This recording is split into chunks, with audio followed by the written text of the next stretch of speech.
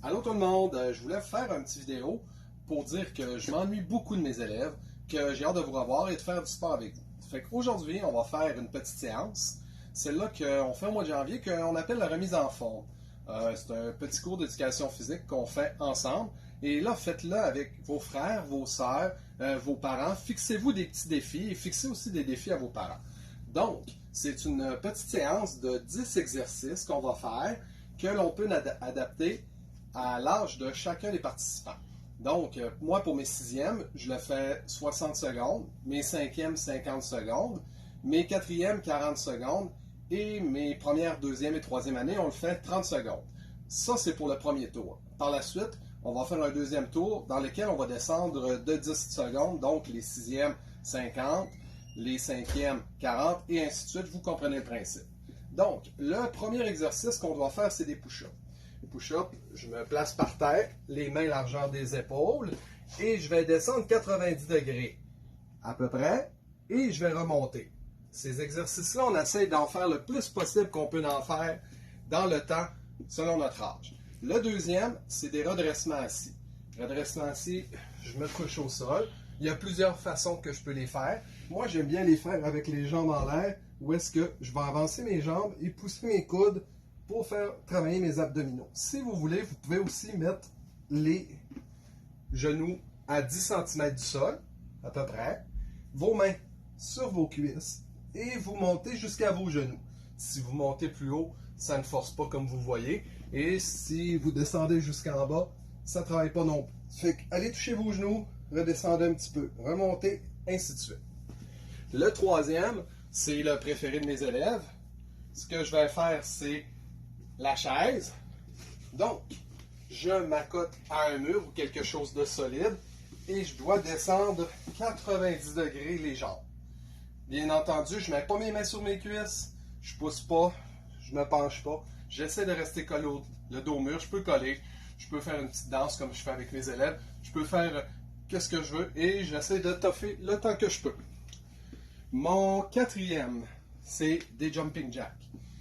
Je commence avec les bras collés le long du corps, j'essaie d'ouvrir et je ferme et j'essaie d'en faire encore une fois le plus que je peux. Chacun des exercices, ça va être le but d'en faire le plus que je peux. Le cinquième, c'est ce qu'on appelle des fentes.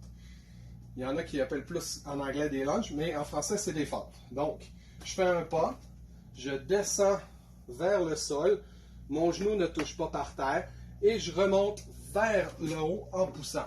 Je redescends avec l'autre jambe, je remonte. Je peux les faire sur place. Je descends et je remonte.